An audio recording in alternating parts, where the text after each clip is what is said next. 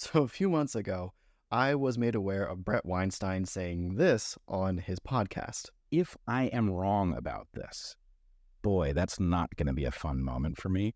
But I would much rather get to the next moment where I start being right about things again than double down on an idea I'm incorrect about. That is where I'm at. So if I'm wrong about this, I'm going to have to see the evidence that I'm wrong, but I will shift my position. To which I said, bet, let me get some immunologists to explain why he's wrong and see if he keeps his word. So I did that and posted the video, and Brett actually responded. Well, he didn't tweet at me, he tweeted about my video. He basically said that he doesn't like me, but because I included experts in my video, it deserves a response. Upon being reminded that this was a really long time ago and he still hasn't responded, he said that he was busy with the situation in the Middle East. So Brett doesn't have time to go back to being an immunologist to explain to immunologists why they're wrong, because he's too busy being a foreign affairs expert. So since that's the case, I thought that I would make another video about him, especially considering he appeared on Tucker Carlson's show. I thought I'd check in just to see if he might have learned anything from my video and might have said anything that's correct to Tucker. But imagine my disappointment when he didn't.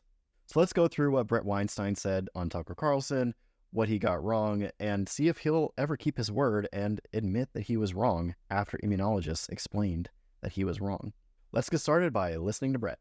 Why was it so obsessed with making sure that we didn't take the alternative repurposed drugs that so many doctors claimed were highly effective? As treatments. Right. Ivermectin, hydroxychloroquine, these things were demonized, and we were told not to take them, and we were mocked if we distrusted that advice. It's 2024, and Brett still believes that ivermectin and hydroxychloroquine worked against COVID. They didn't. Make no mistake, it would have been a huge cash cow for pharma if the pandemic that was halting the world's economies in 2020 could be treated or eliminated with simple drugs that drug companies already made and could monopolize and price gouge and take all ownership of, because Big Pharma were the only ones who could possibly provide enough product to meet a demand of a global pandemic at that time. So Big Pharma would have made tons of money if these drugs actually worked. But they didn't. This has been shown in several randomized controlled trials that directly tested the questions of whether or not either of these drugs worked against COVID. They were tested late in the disease course, early in the disease course, before people got infected, at various doses, and it just didn't work. And it's as simple as that. Moving on. So how do you get cells to take up the message and produce enough of the product to matter? Well, the mRNA technology allows you to induce cells to take up an mRNA message, which they will then automatically transcribe. You know what? I'm not going to correct him on that. We already corrected him on that in the last video, so I'm just not going to tell him what he's wrong about there, and we'll see if he keeps saying it. But I'll give you a hint, and I'll say that high school biology students should know what he said there that was wrong. And this is a guy with enough influence to go on Tucker Carlson and spew whatever he wants to imagine into the world. It's a wild media world we live in these days. The technology itself has a terrible safety flaw that, in my opinion, never would have gotten through even the most cursory safety tests. And that flaw is that there's no targeting of the lipid nanoparticles. The lipid nanoparticles will be taken up by any cell they encounter. This was also covered in the last video, so I'm very disappointed he hasn't learned, but this idea that the lipid nanoparticles used in mRNA vaccine technology have no targeting is not entirely true. There are actually lots of data demonstrating that the lipid composition of both the lipid nanoparticle and the cell that might take it up does influence the selectivity of the lipid nanoparticle. For example, lipid nanoparticles that make it into circulation have been shown to be efficiently taken up by liver cells due to the composition of the liver cell membrane. But with mRNA vaccines, we don't have to wonder about this. We know exactly which cells take up and express the mRNA. And it's almost exclusively dendritic cells, which are immune cells that will take up the LNPs at the injection site, and muscle cells, which are already at the injection site. All data looking at the expression of the mRNA, meaning whether or not the mRNA gets read and translated into protein, shows that those are the cells that take it up. The immune cells at the injection site and the muscle cells at the injection site. In my last video about Brett, we explained how the specific bits of misinformation lead people to believe otherwise, but I'll put that information in the description and briefly say here that finding components of the vaccine at other tissues does not mean that the vaccine has actually acted on that tissue and that those tissues are now producing spike protein. So this topic is definitely a little more complicated than the first thing I said he didn't learn from my last video, but still, he's not learning. He's just spewing the same old nonsense. The body's response to seeing a cell of yours, which it recognizes as yours, that is producing an antigen, that is to say a protein that it doesn't recognize, is to assume that that cell is virally infected. Yes. And to destroy it. That is the only correct thing for the body to do when it encounters a cell of yours making foreign protein. Now, this transfection technology, the mRNA vaccine technology, as they called it, does exactly this. It tricks your cells into producing foreign antigens, which the immune system cannot help but recognize as an indicator of infection, and it destroys those cells. What Brett just described is something that happens every single time you get exposed to a virus, which is pretty much every single day. Your cells are constantly turning over, and cells are constantly being recognized and marked for destruction. In the context of a live attenuated vaccine, which is a kind of vaccine that we've been using for decades, this isn't an issue, and it's not an issue for COVID mRNA vaccines either. Like I said earlier, every single experiment trying to detect expression of a protein following an mRNA vaccination shows that it's the immune cells and the muscle cells at the injection site that express the protein. Especially in the unfortunate case where it has been injected intravenously, which isn't supposed to happen. But the instructions on this shot were not to aspirate the needle. Proper injection should involve pulling back on the plunger in the syringe in order to see if there's blood. So this wonderful bit of misinformation can be traced back to the always wrong John Campbell. There is a fundamental difference between an intramuscular and an intravenous injection for a reason. Intramuscular injection gets an injection into the muscle, and intravenous injects directly into a vein. However, the muscle on your deltoid does not have any veins big enough for a needle to inject intravenously. Instead, with intramuscular injections, we see a much slower leaking into the bloodstream than we would with an IV injection, obviously. But because of this slow rate of leaking into the bloodstream, it gives the immune cells a lot of time to be recruited to the site of injection and do what they do best: identify foreign antigens, present them, and elicit an immune response. You cannot make an IV injection out of an IM injection. It is as simple as that. Aspirating needles is not something that is recommended that medical professionals do anymore, mainly because it's been shown to have no benefit and it just adds extra steps and possible pain to the patient. If someone were to aspirate the needle and see blood, it's not because they hit a vein. Again, there are no veins big enough in the deltoid muscle to make an intravenous injection. It probably just means they hit enough tiny blood vessels that you got extra bleeding within the space that the needle got pushed into, and you're getting that blood back. And finally, Brett is still seeming to push this idea as a mechanism for myocarditis, but that is not the case. In fact, it's been specifically ruled out. This is something else we went over in the last video. It has been determined that the cause of myocarditis is due to what's called a cytokinopathy, or a big inflammatory response caused by molecules released by immune cells. The data accept this mechanism of myocarditis following COVID vaccination, and it rejects the idea that it is caused by heart cells producing spike. They checked for both, and one hypothesis won. Brett is still wrong. Could it cause cancers too? We can get back to that.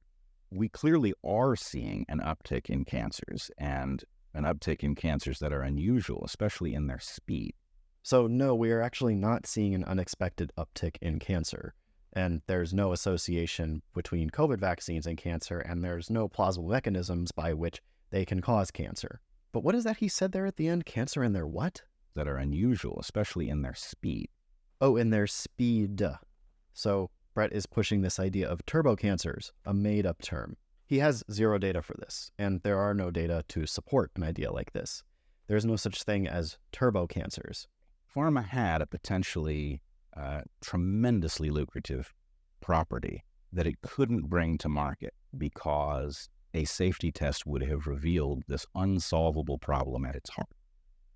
And so what I'm wondering, my hypothesis, is that it recognized that the thing that would bypass that obstacle was an emergency. This is just misinformed. I always say that anti-vaxxers can't read. And sometimes that's true, but oftentimes they just choose not to.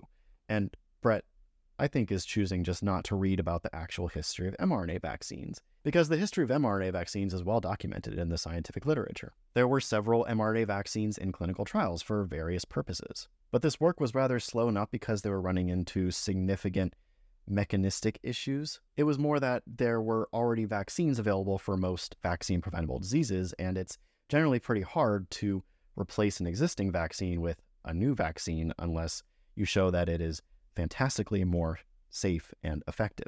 There's also no big financial incentive for companies to do that.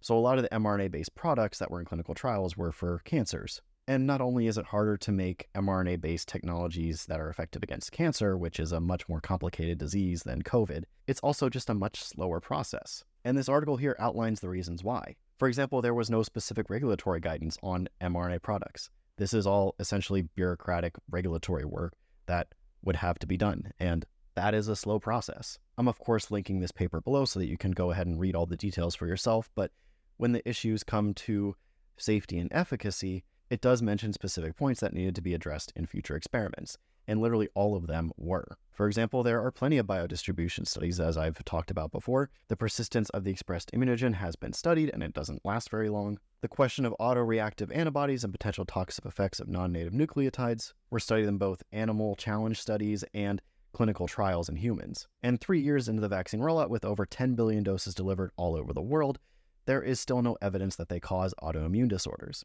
So again, the issues that were keeping mRNA vaccines from coming onto the market sooner are multivariate, but mostly wrapped up in regulatory aspects and the fact that there was just not a need for a new technology like mRNA vaccines.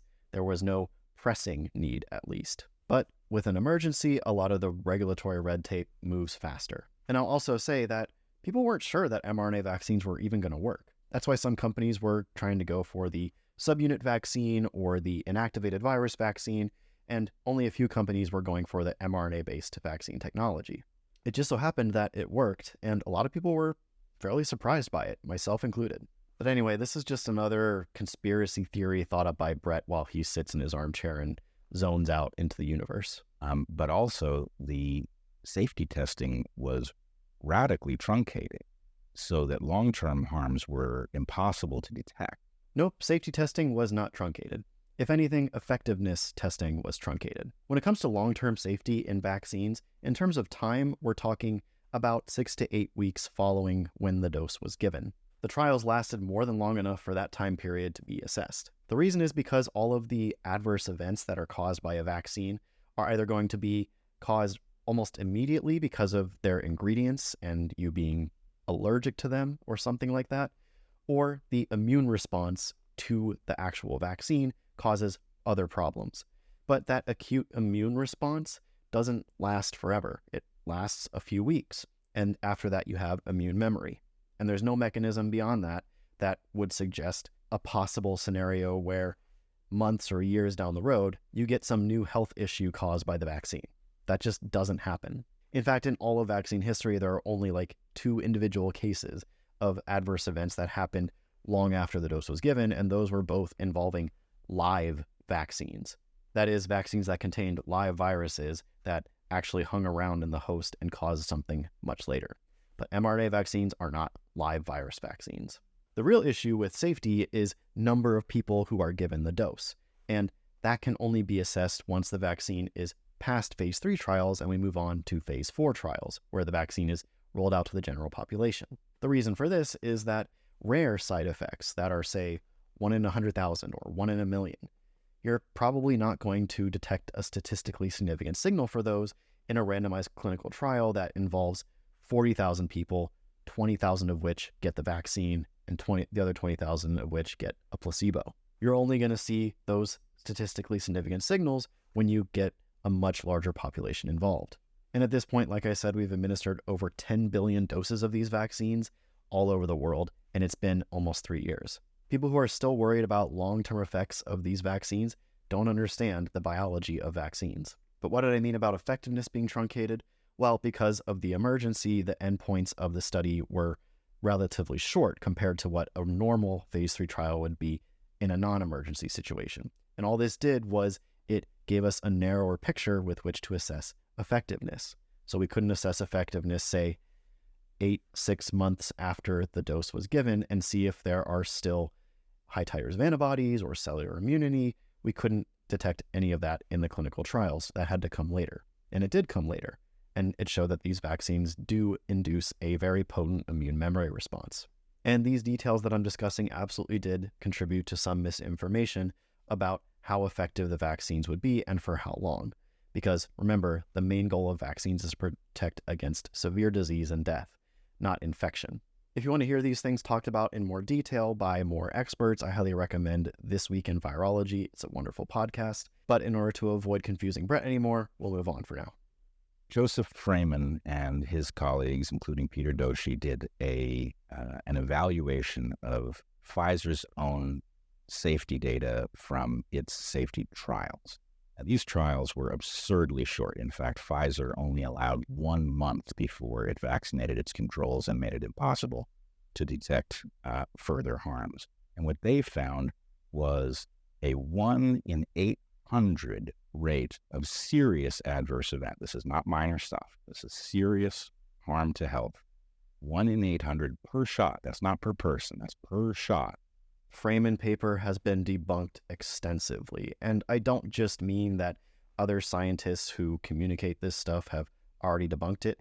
I mean, it hasn't been replicated in the literature because their methods just don't make any sense. Because beyond doing things like overcounting severe adverse events, or the fact that these authors are trying to use this data to answer questions that it can't answer, it's just plain disingenuous because we have so much data that we could use to try to confirm or deny these findings, and it's phase 4 data. Like I said earlier, phase 4 data is much better for assessing safety because only then will you get statistically significant signals on rare side effects. And study after study after study involving phase 4 population level data consistently shows that the rates of severe adverse events are rare and that the benefits of these vaccines far outweigh the risk. But Brett really doesn't understand this, and what he says next sends him into flat Earth territory.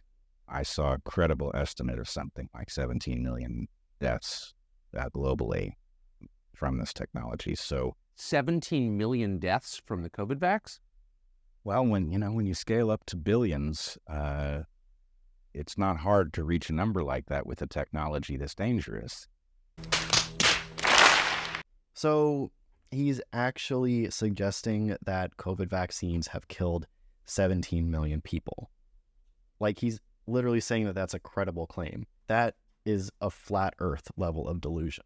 He's getting this claim from a study that was posted by Denis Rancourt. Basically, all he does is he assumes that the COVID pandemic never existed and never killed anybody and counts every single excess death in 2021 onward following the rollout of the COVID vaccine as a COVID vaccine death. Like, there's no other cause of death. It's just COVID vaccines. And then that's how he comes to his 17 million number. It's absolutely wild. But no matter how wild the claim is, we have the data to debunk it. We have several population-level studies that have compared populations of vaccinated versus unvaccinated people and assessed the all-cause mortality. That's death by all causes, not just COVID deaths. And it's found that COVID vaccines do not result in an increase in all-cause mortality. Furthermore, we can compare the most vaccinated countries to the least vaccinated countries and see how their excess death levels compare. And what do you know? When we do that, we see that the most vaccinated countries have the least amounts of excess deaths, and the least vaccinated countries have the highest amounts of excess deaths. So how does that work if COVID vaccines are killing millions of people? Make it make sense, Brett. Anyway, that was by far the most ridiculous claim that he made during this interview with Tucker Carlson, and that is saying a lot, but we're on the home stretch here. There is no way in which it's over. I mean, we are still apparently recommending these things for healthy children. Never stood any chance of getting any benefit from. Every chance of suffering harms that are not only serious, but I don't know why people like Brett on these platforms just make stuff up as if no one's going to check them on it. Why would you say that children have zero risk of COVID? COVID has killed children. In the US, over 1,700 children have died so far of COVID. That's more than any vaccine-preventable disease in the same time period combined. In South Korea, where there has been extensive investigation and very good data on this topic, 0 people under the age of 18 died in a way that was attributable to COVID vaccines. Meanwhile, 46 people under the age of 18 died due to COVID, and only 4 were vaccinated. In the US, 9 out of 10 children who were hospitalized from COVID were unvaccinated, and 30% of them had no underlying conditions. But whether or not they had underlying conditions, their suffering and their deaths are preventable, and we should prevent that. And COVID vaccines are a proven safe way to prevent those things. It's just wild to me. Like, you have to be in a fantasy world where you're actively choosing the route of more harm. it's almost impossible to exaggerate how troubling what is being discussed is. In fact, I think it is fair to say that we are in the middle of a coup, that we are actually facing the elimination of our national and our personal sovereignty.